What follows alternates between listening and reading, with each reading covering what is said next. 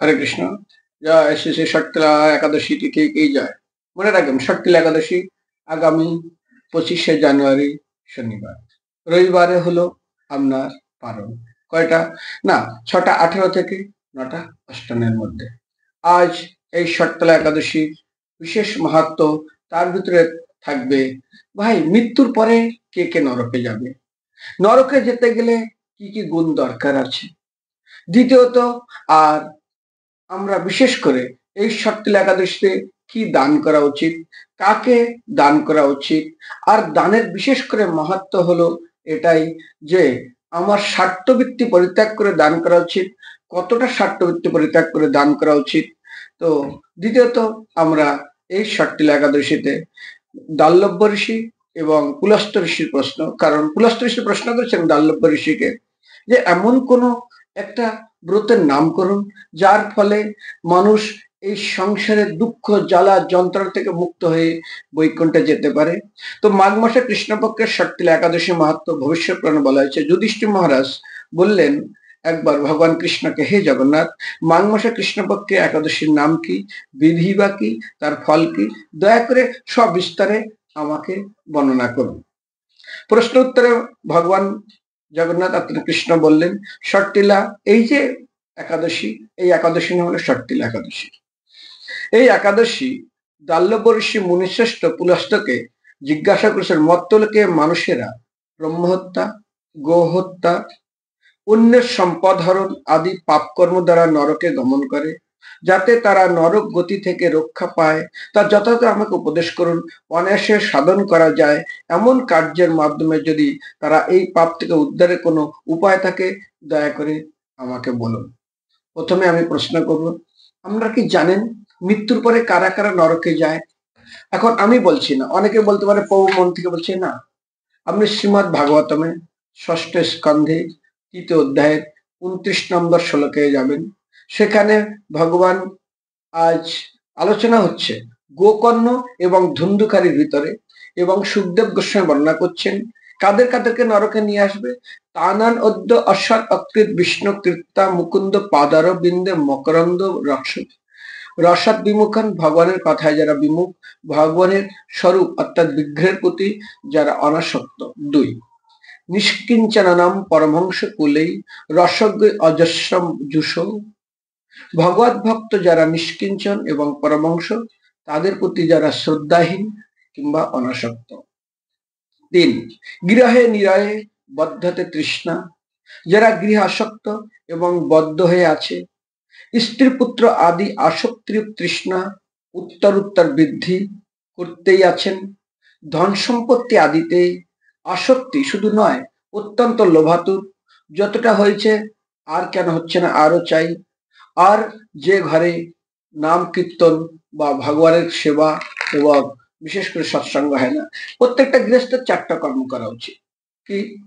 প্রথম হলো অতিথি সেবা, দেব সেবা, শাস্ত্র সেবা আর গুরুবর্গের সেবা। এটা হলো গৃহস্থ মাত্রায় 4টা কর্ম অবশ্যই করা উচিত। কারণ গৃহস্থের ভিতরে আছে কি, স্নেহপরায়ণ, বিশ্বাস পরায়ণ আর সেবা পরায়ণ। সেবা পরায়ণ মানে সেবা ভাব। এইগুলো যদি কোনো গৃহস্থ আশ্রমে অভাব থাকে, তাহলে সেই গৃহস্থ আশ্রম সুখী হবে না। 4 নম্বরে কে যাবে সেখানে বলছে, তানান অদ্য যত যেসম জিহ্বা ভগবত গুণনাম ধ্যেয় না উক্তি, যারা ভগবান নাম গুণকীর্তন জিহ্বা দ্বারা বলে না বা বলেনি। 5 নম্বর, চেতস্না নস্মনে তচ্চরণার বিন্দম, যাদের মন দিয়ে বা চিত্ত দিয়ে কোনো সময় ভগবানের চিন্তা করেনি, শুধু বিষয়ের আশা নাই ছাড়ে মন, বিষয়ে তো সদা ধায়, শুধু বিষয়ের চিন্তা করেছে, কনক কামিনী প্রতিষ্ঠা লাভ পূজা আশা, চাহে মোর চিত্ত আরো প্রতিষ্ঠা আশা। এইগুলো যারা চাইছেন, অর্থাৎ যাদের মন দিয়ে ভগবানের চিন্তা না করে কনক কামিনী প্রতিষ্ঠা লাভ পূজা আশা চাইছেন।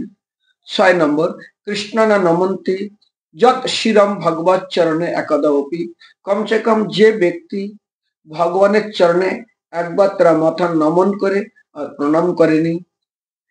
তানান অদ্য অশ্ব আকৃত বিষ্ণু কীর্তা, এই সকল ব্যক্তিকে অবশ্যই আমার কাছে নিয়ে আসবে।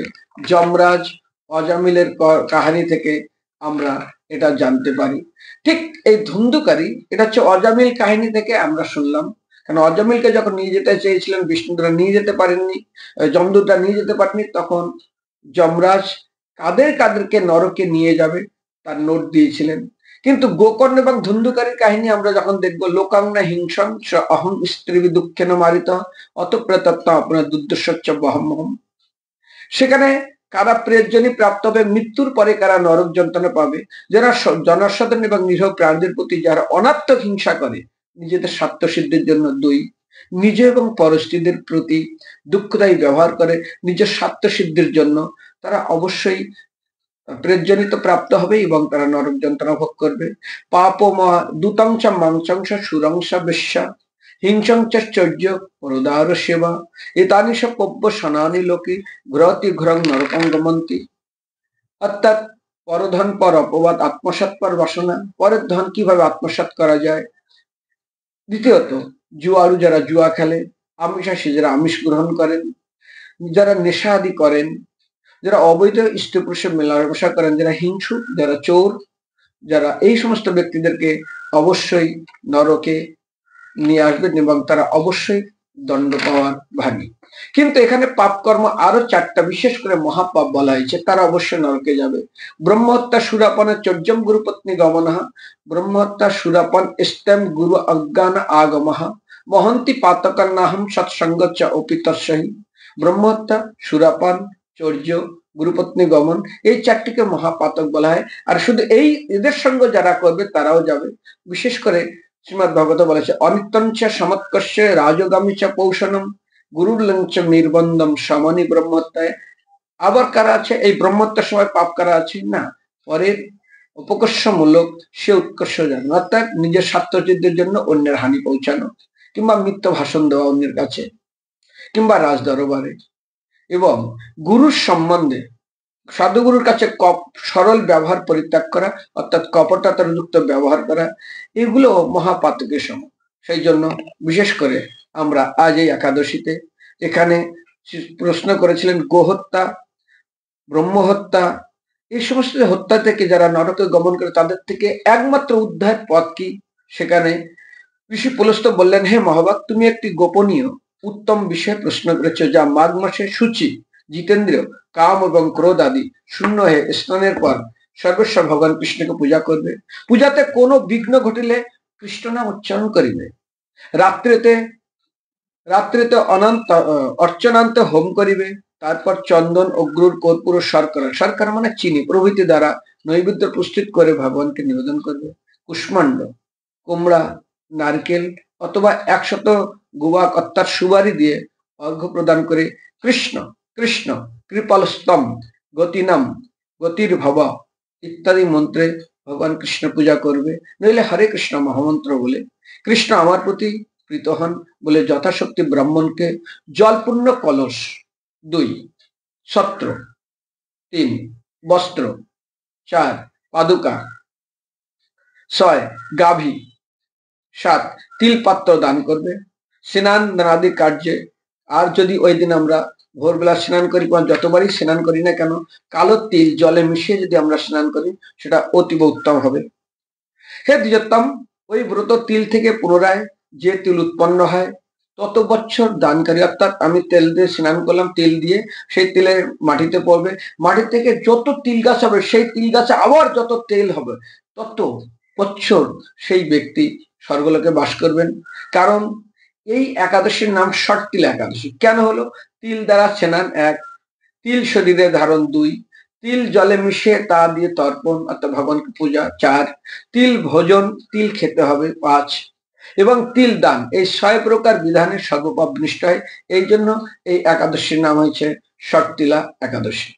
হে যুধিষ্ঠির, একসময় নারদ ষটতিলা একাদশীর ফল ও ইতিহাস সম্পর্কে জানতে চাইলে যে কাহিনী আমি বলেছিলাম তা এখন আমি তোমার কাছে বললাম। পুরাকালে মত্তলোকে এক ব্রাহ্মণী বাস করতেন। সে প্রত্যহ ব্রত আচরণ এবং দেব পূজা পরায়ণ ছিল। উপবাস ক্রমে তার শরীর অত্যন্ত ক্ষীণ হয়ে যায় এবং এত ক্ষীণ হয়ে যায় যার চলার শক্তি বন্ধ থাকে না। সেই মহাসতী ব্রাহ্মণী অন্যের কাছ থেকে দ্রব্যাদি গ্রহণ করে ব্রাহ্মণকে দান করত। করে কি করতেন? দেবতা, ব্রাহ্মণ এবং কুমারীদের ভক্তি করে দান করতেন, কিন্তু কখনো ভিক্ষুককে ভিক্ষা দান করেন নাই আর ব্রাহ্মণকে অন্ন দান করেন নাই। এইভাবে বহু বছর আক্রান্ত হলো। আমি চিন্তা করলাম, কষ্টসাধ্য বিবিধ ব্রত পালন করার পরে ব্রাহ্মণটির শরীর শুকিয়ে গিয়েছে। সে যথাসময়ে ব্রাহ্মণদের বৈষ্ণবদের অর্চনাও করছে, সে যথাসময়ে বৈষ্ণবদের অর্চনাও করেছে, কিন্তু তাদের পরিতৃপ্তির জন্য অন্ন দান করেনি। তাই আমি কোনো একদিন কাপালিক রূপ ধারণ করে তামার পাত্র হাতে নিয়ে তার কাছে ভিক্ষা প্রার্থনা করি। কাপালিক শব্দটা কি আপনারা জানেন কি জানি না। প্রভুপাদ কাপালিক শব্দটা বিশেষ করে শ্রীমদ্ ভাগবতমে মনে রাখবেন, চতুর্থ স্কন্ধের 19 অধ্যায়ের 22 নম্বর শ্লোকের তাৎপর্য, অর্থাৎ পেজ নম্বর 730, তিনি বলেছেন কাপালিক কাদেরকে বলে। তার ফলে এক প্রকট সন্ন্যাসী, অর্থাৎ কপট সন্ন্যাসীদেরকে, কিরম কপট সন্ন্যাসী, সে থেকে এখনকার কপট সন্ন্যাসী দেখা, যাদের কেউ উলঙ্গ থাকে এবং কেউ নরকঙ্কাল এবং ত্রিশূল ধারণ করে, সাধারণত তাদেরকে বলা হয় কাপালিক। অর্থাৎ তারা সন্ন্যাসী, 10 নামে সন্ন্যাসী না, আমাদের 4 সম্প্রদায়ের সন্ন্যাসী না, তাদের মন গড়া সন্ন্যাসী। এবং তারা তামার পাত্র, মানুষের মুন্ডু কঙ্কাল এইগুলো, অনেক সময় উলঙ্গ থাকবে, মানে তাদের আচার আচরণ এবং তাদের খাওয়া দাওয়া অখাদ্য এবং বিভিন্ন রকম অমেদ্য তারা গ্রহণ করবে, এদেরকে কাপালিক বলা হয়। তো তিনি কি করলেন, ওই পাত্র ধারণ করে যখন ব্রাহ্মণীর কাছে গিয়ে বললেন, হে ব্রাহ্মণী, আমাকে একটু, শব্দটা বললেন হে সুন্দরী। আর একজন বৃদ্ধ মানুষ, মহিলাকে যে সুন্দরী বলা হয়, তেমনি রেগে যায়। রেগে গিয়ে সঙ্গে সঙ্গে তার পাত্রে আর কি দেবেন, কিছু দান করবেন, পাত্রে কিছু মাটির ঢিল দিয়ে দিয়েছে। আচ্ছা, মাটির ঢিল দেওয়ার পরে, কারণ সৎপত্রে যা দান করবেন তাই হবে। যেমন দেখুন, আগুনে যদি সুগন্ধ বস্তু দেন, অনেক গুণ বেড়ে যাবে। আগুনে যদি দুর্গন্ধ বস্তু দেন, অনেক গুণ বেড়ে যাবে। যেমন বাতাসে যদি সুগন্ধ দেন, যদি বাতাস যাবে সুগন্ধ টেনে নিয়ে যাবে, আর দুর্গন্ধ টেনে নিয়ে যাবে। যা দিবেন না কেন শতগুণ বেড়ে যাবে। তো আমি দানের মহিমা সম্বন্ধে অনেক কাহানি বলেছিলাম, সৎ পাত্রে দেন আর অসৎ পাত্রে দেন। যাই হোক, ভগবান তার জন্য গেছিলেন এই রূপ ধারণ করে যে তিনি যেন কিছু দেন, কিন্তু দিয়েছিলেন মাটি। তিনি যখন মারা যান, তার অনেক পুণ্য, কিন্তু তিনি সুন্দর ভবন পেলেন স্বর্গে, কিন্তু সেই ঘরের ভিতরে একদম শূন্য, কোনো খাদ্যদ্রব্য, জল, পানীয় কিছুই ছিল না। কেন, তিনি দান করেছেন, ব্রত করেছেন, কিন্তু ব্রাহ্মণদের, বৈষ্ণবদেরকে ভোজন করেননি, আর ভিখারীদেরকে দান করেনি। শুনুন, ভিখারীদের দান করার আগে চিন্তা করবেন, এখনকার ভিখারীদের কিন্তু দান করলে, মাংস খেলে কিন্তু আপনাকে পাপ দিতে হবে, বিড়ি সিগারেট খেলে কিন্তু পাপ নিতে হবে। কিছু কিছু ট্রেনে দেখবেন বাচ্চারা ভিক্ষা দেয়, ওরা দেখি ডেনড্রাইট বলে এক ধরনের আটা, ওরা নেশা করে। ডাক্তার হাতে চাকু পড়লে কি হবে, জীবন দান করবে। ডাকুর হাতে চাকু পড়লে জীবন শেষ করবে, একই চাকু, খুব সাবধানে দান করতে হবে। তো কি হলো না, তিনি দান করেননি বলে স্বর্গে চলে গেছেন। স্বর্গে যাওয়ার পরে কি হবে কি করবেন, তখন ঘর শূন্য, আমার ঘরে কিছু নেই, আমি ব্রত করেছি, এত তপস্যা করেছি, মৃত্যুর পরে তিনি ভগবানের কাছে চলে যান। যাওয়ার পরে প্রশ্ন করেন, আমার ব্রতে, আমার দানে কি কোনো ফল নেই? কারণ ভগবত গীতাটা শ্লোক হচ্ছে, পার্থ নৈব এহন মাত্র বিনষ্টস্য বিদ্যাতে নহি কল্যাণ কৃত করছে দুর্গতিম তম গচ্ছতি। ভগবত গীতা 6ষ্ঠ অধ্যায় 32 নম্বর শ্লোক এবং 40 নম্বর শ্লোক দেখবেন। শুভ অনুষ্ঠানকারী ব্যক্তিদের কোনোদিনের অধোগতি হবে না। আমি বলছি না, কৃষ্ণ বলছে, পার্থ নেবে বিনষ্ট, তাদের মধ্যে বিনাশ হবে না, অধোগতি হবে। নহি কল্যাণ কৃত করছে দুর্গতি, সামান্য কল্যাণকারী, শুভ অনুষ্ঠানকারী দুর্গতি তো হবেই না। তো সেই জন্য বলে, আমি ঘর কেন খালি, তো বলে, শোনো, তোমার ঘর খালি এই জন্য তুমি 2টা কর্ম করনি, ভিখারিকে তুমি ভিক্ষা দাওনি, আর বৈষ্ণবকে তুমি অন্ন ভোজন করাওনি। কিন্তু এক কাজ করো, যখন স্বর্গের দেবদেবীরা তোমাকে, দেবীরা দেখতে আসবে, তুমি দরজা বন্ধ করে রাখবে, বলবে যে আমাকে ষট্টিলা একাদশী ব্রতের ফল অর্পণ করবে, তাদেরকে আমি দর্শন দিব। তখন অনেকেই ষট্টিলা একাদশী করেছেন, ব্রতের ফল দান করার পর তিনি তাদের দর্শন দিলেন এবং তার ঘরে সবকিছু ভরে যায়। তো সেই জন্য বিশেষ করে এই দেবপুত্ররা এসে যখন তার দর্শন করলো, তো সঙ্গে সঙ্গে তার ঘরে ধান ধরে সব ভরে যায়। হে নারদ, ভগবান বলছেন, হে নারদ, বিশেষ করে মনে রাখবে, আমাদের এই দানের বিষয়টা স্বার্থবৃত্তি বলে একটা শব্দ ব্যবহার করা হয়েছে। এই স্বার্থবৃত্তি শব্দটা অত্যন্ত মাহাত্ম্যপূর্ণ, আর এটা প্রত্যেকটা ভক্ত জানতে হবে। অনেক সময় ভক্তরা গরিব, তবু দেখি অনেক সময় নাম কেনার জন্য অনেক দান করে। না, লবণ ততটুকু দেবেন যতটুকু সবজি প্রয়োজন। আচ্ছা, যতই ঘি, মাখন, বাটার দিয়ে রান্না করেন না কেন, যদি লবণ না দেন কোনো টেস্ট পাবেন না। এক, লবণও যদি একদম কম দামে বলে 1 মুঠো ফেলে দেন, টেস্ট বিগড়ে যাবে। আর এই বেশি লবণ হয়ে যাবে, জল দিবেন, স্বাদ নষ্ট হয়ে যাবে। সেই জন্য আমাদের নিয়ম হলো, যেরকম ক্ষমতা সেরকম। যেমন অনেকেই বলছে খুব খেতে পারি, খুব খেলো কিন্তু আর হজম করতে পারলো না, ডাইজেস্ট হলো না, পেট ফুলে গেল, এটাকে কেরামতে না কত খেতে পারলাম, কতটা হজম করতে পারলাম। এবং ঠিক দান নেওয়ার একটা প্রবাদ আছে, আপনি দানটা নিবেন সেটা কিসের জন্য? যদি এই দান আপনি নিয়ে যদি হজম না করতে পারেন, সুন্দর সুন্দর মহাভারত অনেকগুলো কাহিনী আছে। বিশেষ করে আমি একবার দানের কাহিনী আপনাদের শোনাবো, সৎ পাত্রের দান এবং অসৎ পাত্রের দানের কাহিনী। তো বিশেষ করে এখানে বলা হয়েছে, হে নারদ, অতিরিক্ত বিষয় বাসনা করা উচিত নয়। বৃত্তস্বার্থ এবং অকর্তব্য, বৃত্তস্বার্থ মানে কৃপণতা করা যাবে না। নিজের সাধ্য মতন তিল, বস্ত্র ও অন্ন দান করবে। ষট্টিলা ব্রতের প্রভাবে দারিদ্রতা, শারীরিক কষ্ট, দুর্ভাগ্য প্রভৃতি নষ্ট হয়। এই বিধি অনুসারে তিল দান করলে মানুষ অনায়াসে সমস্ত পাপ থেকে মুক্ত হয়। তো আমি এইখানে শোনালাম। বিশেষ করে মনে রাখবেন, এই ষট্টিলা একাদশীতে ছয়ভাবে আপনি কাজ করবেন এবং তিল দান করবেন। তিল দিয়ে স্নান করবেন, তিল শরীরে ধারণ করবেন, কোথাও রেখে দেবেন শরীরে, পকেটে কিছু করে তিল জলে মিশিয়ে ভগবানকে তর্পণ করবেন, তিল ভোজন করবেন এবং তিল দান করবেন।